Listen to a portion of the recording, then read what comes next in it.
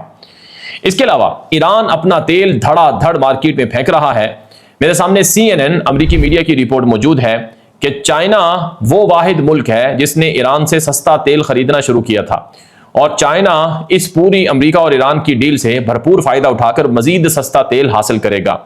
یہ بھی لکھا گیا CNN کی رپورٹ میں کہ چین دنیا کا وہ ملک ہے جس نے 28 فروری کو ایران پر امریکہ کے حملوں کے بعد فیصلہ کیا تھا کہ اگر ہم پیچھے ہٹ کر خاموش ہو کر بیٹھے رہے تو ہمارا ایک اور دوست ملک امریکہ کھا جائے گا، وینزویلا کی طرح۔ تو ایران کی مدد چائنا نے کی، رشیا نے کی۔ اگر یہ دونوں ملک نہ ہوتے تو شاید آج امریکہ اور اسرائیل ایران کے اندر قبضہ کیے بیٹھے ہوتے۔ تو رشیا اور چین نے امریکہ کے منصوبے برباد کیے، اور اب چین ایران کو فتح دلانے کے بعد ایران کے تیل سے خوب فائدہ اٹھا رہا ہے اور ایران سے سستا تیل حاصل کر رہا ہے۔ یہ امریکی میڈیا CNN کی رپورٹ ہے۔ دوسری طرف ناظرین کرام، امریکی صدر ڈونلڈ ٹرمپ نے اسلحہ بنانے والے جو کمپنیوں کے مالکان ہیں ان سے میٹنگ کا اعلان کیا ہے۔ امریکی صدر ٹرمپ نے حکم دیا ہے کہ فوری طور پر امریکہ کے لیے جو ختم ہونے والا اسلحہ ہے اس کو تیار کیا جائے، کیونکہ اسلحے کی فوری تیاری بہت ضروری ہے۔ $80 ارب فوری اسلحے کی مد میں پینٹاگون نے طلب کر لیا ہے۔ جی ہاں، امریکہ کا جو اسلحہ ایران کے ہاتھوں تباہ ہوا، یہ جو اسلحہ برباد اور ضائع ہوا، اس اسلحے کو دوبارہ تیار کرنا ہے۔ اس کے لیے $80 ارب کی رقم فوری مانگی گئی ہے امریکی فوجی ادارے پینٹاگون کی طرف سے، اور امریکی صدر ٹرمپ نے اسلحہ بنانے والی کمپنیوں کو حکم دیا ہے کہ تیزی سے اسلحہ تیار کیا جائے، کہیں ہماری چین سے یا کسی اور ملک سے جنگ ہو جائے تو ہمارے پاس اسلحہ نہیں ہوگا۔ اس کے علاوہ ناظرین کرام، آج کی ایک اور بڑی خبر یہ ہے کہ عمان کے وزٹ پر پہنچے ہیں ایران کے وفد کے سربراہ باقر کلیباف اور ایرانی وزیر خارجہ عباس عراقچی۔ ایران کے بادشاہ، سلطنت عمان کے بادشاہ ہیں، ایران کے اہم عہدیدار پہنچے ہیں عمان کے وزٹ پر۔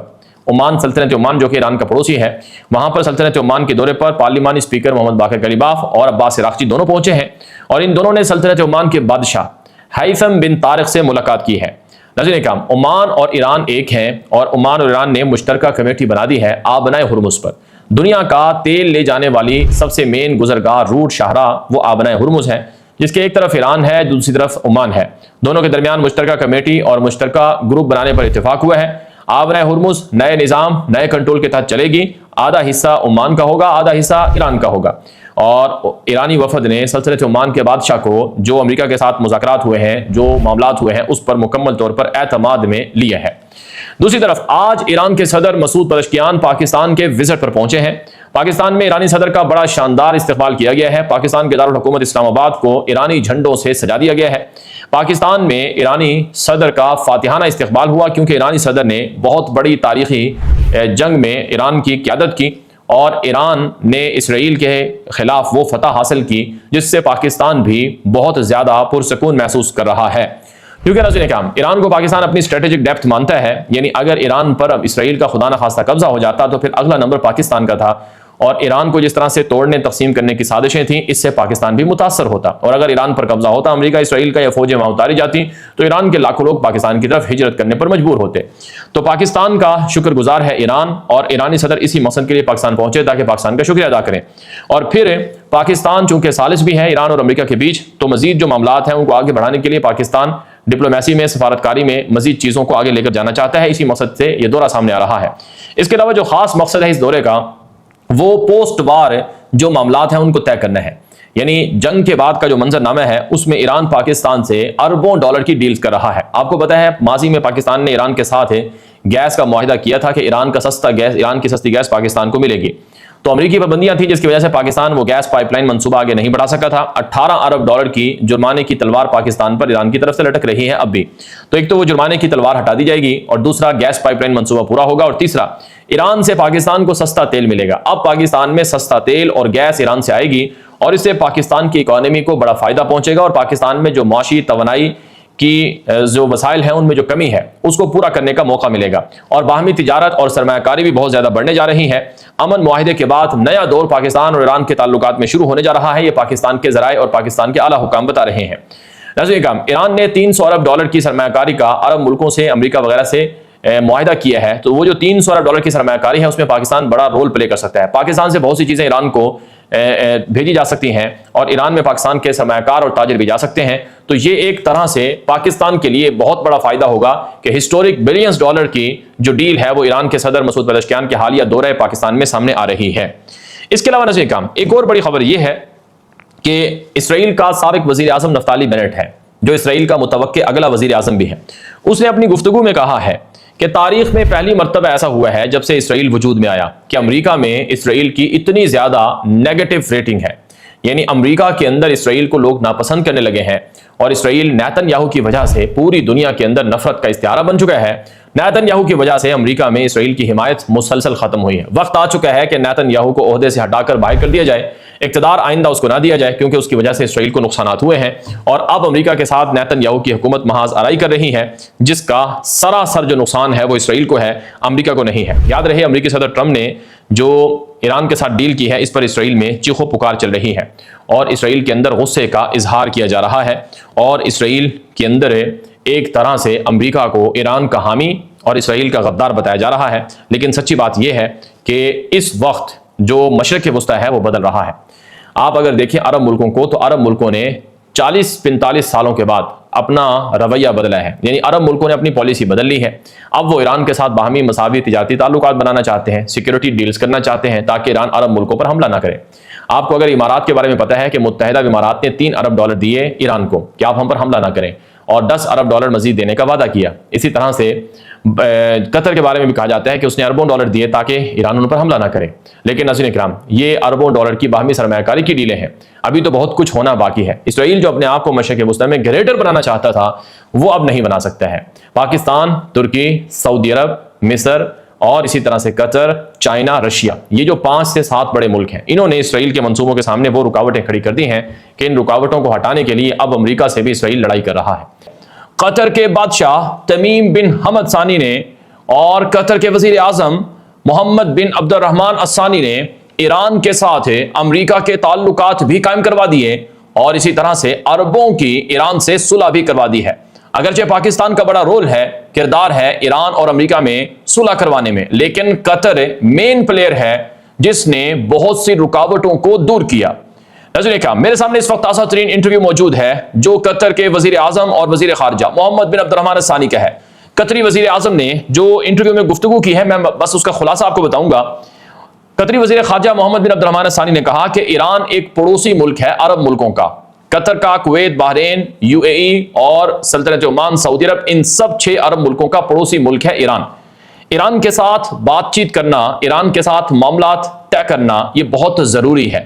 ہمارے خطے میں امن اور استحکام اور سیکیورٹی تبھی آئے گی جب ایران کے ساتھ ہمارے معاملات اچھے ہوں گے۔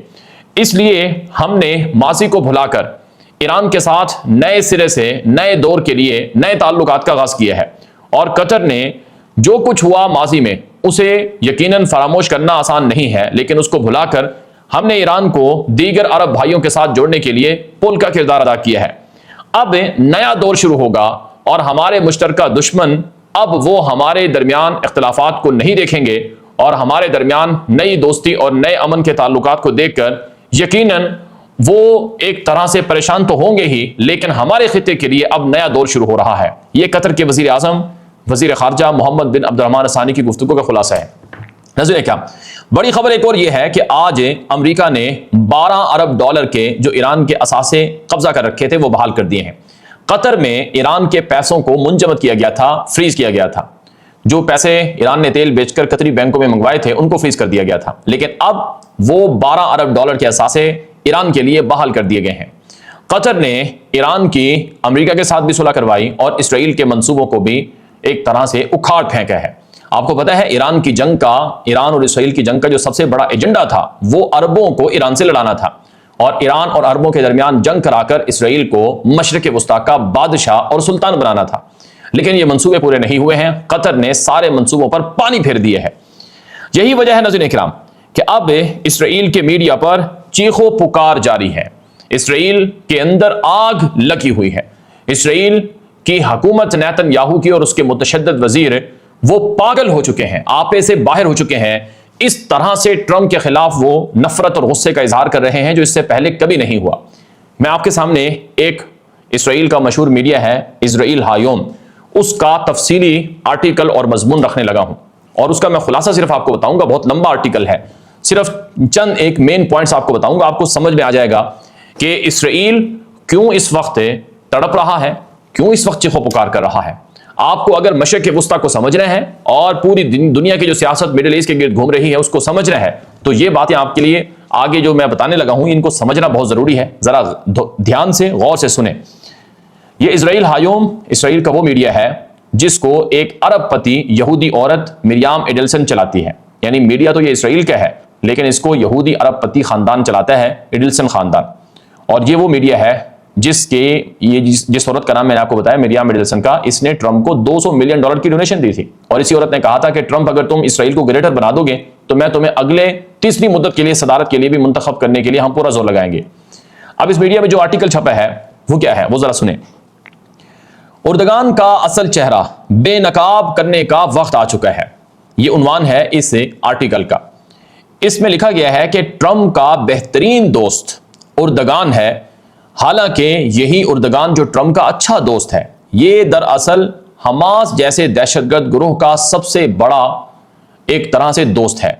اور یہ 7 اکتوبر کے دہشت گردی کے حملوں کے مبینہ کارسازوں کے ساتھ میٹنگیں کرتا ہے, ملاقاتیں کرتا ہے اور ان کو سراہتا ہے.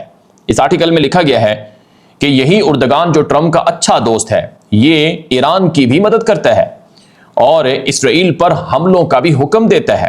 یہی اردگان اسرائیل کو اپنا نمبر 1 دشمن سمجھتا ہے اور یہی اردگان ہے جس نے اسرائیل کو دہشت گرد ریاست کہا, جس نے اسرائیل کی تباہی کی کال دی, جس نے پوری انسانیت کے لیے اسرائیل کو خطرہ قرار دیا. یہی اردگان ہے جس نے یہ کہا کہ اب اسرائیل کا انجام بہت قریب ہے اور اسرائیل کے پاس موجود ایٹم بم بھی اسرائیل کو بچا نہیں سکیں گے. اور یہی اردگان ہے جو اسرائیل کی حکومت کو مسلسل تنقید کا نشانہ بناتا ہے اور پوری دنیا کو اسرائیل کے خلاف اکٹھا کرتا ہے. اس آرٹیکل میں لکھا گیا کہ بڑی حیرت کی بات ہے کہ ٹرمپ جیسا شخص بھی وہ اردگان کی تعریف کرتا ہے اور ٹرمپ مجتبی خامنائی کو بھی طاقتور لیڈر قرار دیتا ہے اور ٹرمپ قطر کے بادشاہ تمیم بن حمد ثانی کی بھی تعریف کرتا ہے, وہ قطری بادشاہ جو حماس کا سب سے بڑا سپورٹر اور مددگار ہے. اور ٹرمپ شام کے احمد اشر صدر جولانی کی بھی تعریف کرتا ہے اور اسے بہادر سمجھتا ہے, وہ جولانی جو دہشت گردوں کا سرغنہ رہا اور جو اسرائیل کو مٹانے کے لیے ترکی کے ساتھ مل کر مبینہ تیاری کر رہا ہے.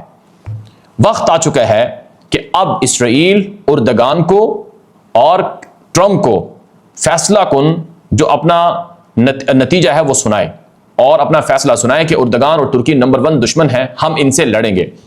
اگر آج اسرائیل خاموش رہا تو کل ترکی اور قطر کو اور ان کے حامیوں کو کوئی نہیں روک پائے گا. یہ ہے خلاصہ اسرائیل ہایوم میں چھپنے والے آرٹیکل کا, جس کو نداب شرگائے ایک جرنلسٹ ہے, صحافی ہے, تجزیہ کار ہے, اس نے مضمون لکھا ہے.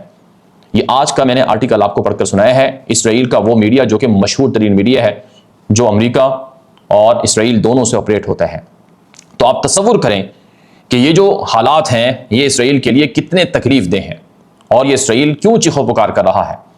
ناظرین کرام, اس میں کوئی شک نہیں ہے کہ ایک علاقائی جنگ ریجنل وار کو ترکی نے ناکام بنایا ہے. ترکی نے وہ شاندار رول پلے کیا ہے ڈپلومیسی میں اور اسرائیل کے منصوبوں کو روکنے میں جو اس سے پہلے شاید کبھی تاریخ میں نہیں دیکھا گیا. ایران کے ساتھ سارے اختلافات بھلا کر ترکی نے ایران کے اوپر کرد باغیوں کی, علیحدگی پسندوں کی ایک خوفناک جنگی سازش کو ناکام بنایا. خود اسرائیلی میڈیا کہہ چکا ہے اور امریکی نائب صدر JD وینس کہہ چکے ہیں کہ کرد علیحدگی پسندوں کو ایران کے اندر اتارنے کی منصوبہ بندی تھی. اسرائیل کا پلان تھا کہ عراق میں جو باغی دہشت گرد ہیں کرد, ان کو اٹھا کر ہتھیار دے کر ان کو ایران میں بھیجا جائے تاکہ ایران میں خانہ جنگی ہو. لیکن اردگان نے فون کیا ٹرمپ کو اور قائل کیا کہ آپ نے یہ کام نہیں کرنا ورنہ پھر آپ کی اور ہماری بھی لڑائی ہو جائے گی. تو ترکی, سعودی عرب, قطر اور پاکستان, یہ 4 بڑے ملک ہیں جنہوں نے ایران کی جنگ میں مدد کی اور اسرائیلی منصوبوں کو پاش کیا. یہ اسرائیلی میڈیا کہہ رہا ہے. چنانچہ ناظرین کرام, ایک اور آپ خبر دیکھ لیں. یہ تازہ ترین خبر ہے.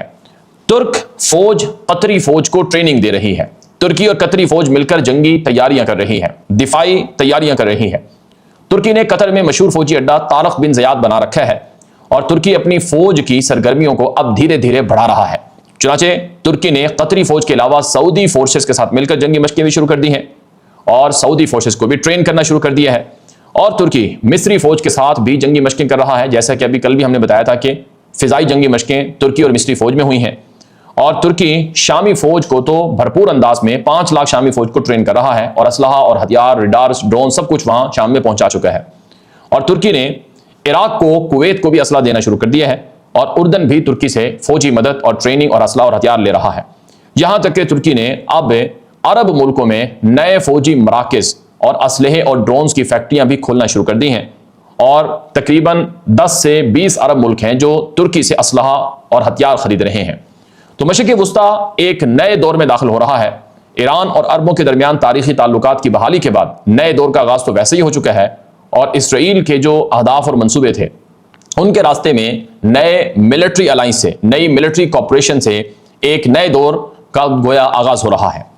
دوسری طرف جو اس وقت میرے سامنے تازہ ترین اطلاعات ہیں ان میں یہ بات بتائی گئی ہے کہ اسرائیل اب پریشان ہے، لبنان سے فوجیں نکالنے پر تیار نہیں ہے، اور شام سے بھی فوجیں نکالنے کو تیار نہیں ہے۔ اسرائیل نے شام پر حملے تیز کر دیے ہیں۔ ترک نیوز ایجنسی ہے انادولو، اس نے شامی ذرائع کے حوالے سے بتایا کہ 20 سے زائد فوجی ٹینک اور فوجی گاڑیاں شام کے قریطرہ علاقے میں گھسے ہیں۔ روزانہ شامی علاقوں پر اسرائیلی فوج کی جارحیت ہو رہی ہے، اور مزید فوجی مراکز اڈے شام کے اندر اسرائیل قائم کر رہا ہے۔ تازہ اطلاعات کے مطابق اسرائیل نے شام میں تقریباً 15 سے 30 کے درمیان فوجی چھاونیاں، مراکز اور لاجسٹک جو ہبس ہیں وہ بنا رکھے ہیں، اور شام کے اندر علیحدگی پسند گروہ دروزیوں کو سویدا کے اندر بھی اسرائیل بھرپور ٹریننگ اور مدد دے رہا ہے۔ لیکن ترکی نے اپنے ہتھیاروں کو فوج کو شام میں بھیج رکھا ہے، اور شامی فوج کے مسلسل ترکی کے ساتھ رابطے مضبوط ہو رہے ہیں۔ اس کے علاوہ اسرائیل غزہ کے اندر کارروائیاں کرنے سے باز نہیں آیا ہے۔ تازہ خبر سن لیں کہ اسرائیل نے غزہ کے 70% تک زمینوں پر قبضہ کر لیا ہے، اور اسرائیلی فوج کو غزہ چھوڑنا تھا، فیز 2 شروع ہونا تھا، لیکن اسرائیل وہاں سے نہیں نکلا ہے، اور 50% سے زائد جو غزہ کی زمین تھی وہ اسرائیل کے پاس تھی جنگ بندی کے پیریڈ میں، لیکن اب اسرائیل 20% مزید چھین چکا ہے۔ یہ غزہ کے اندر سیز فائر کے ٹوٹنے اور نئی جنگ بھڑکنے کا شروع ہونے کا ایک واضح اشارہ ہے، اور غزہ پر وقفے سے اسرائیل کی کارروائیاں اور حملے بھی بدستور جاری ہیں۔ اسرائیل کہتا ہے کہ ہم تو دہشت گردوں کو مارتے ہیں، لیکن بڑی تعداد میں عام لوگ بھی متاثر ہو رہے ہیں، اور تو اور لوگوں کو وہاں خوراک اور سہولیات بھی نہیں مل رہی ہیں۔ ترکی، مصر، قطر، سعودی عرب، ان 4 ملکوں کا اور پاکستان، 5 ملکوں کا اجلاس 3-4 دن پہلے مصر میں ہوا ہے غزہ کے حوالے سے، کہ اسرائیل اگر غزہ پر دوبارہ قبضہ کرے گا، حملہ کرے گا، تو پھر ہمیں کیا کرنا ہے۔ اس کے علاوہ اسرائیل نے فلسطین کے ویسٹ بینک علاقوں میں بھی کارروائیاں تیز کر دی ہیں۔ 21 فلسطینی شہریوں کو اسرائیل نے قیدی بنا لیا ہے، گرفتار کر لیا ہے۔ حیران کن طور پر جو فلسطینی شہری اسرائیلی جیلوں سے معاہدے کے تحت رہا ہوئے ہیں، ڈیل کے تحت، انہیں بھی دوبارہ گرفتار کر لیا گیا ہے۔ یعنی غزہ ہو، ویسٹ بینک ہو، یا پھر شام ہو، یا پھر لبنان ہو، ہر جگہ پر اسرائیل اپنے انداز میں کارروائیاں کر رہا ہے، اور جو امن کی کوششیں ہیں، استحکام کی کوششیں ہیں مڈل ایسٹ میں، ان کو ناکام بنانے کی کوشش کر رہا ہے۔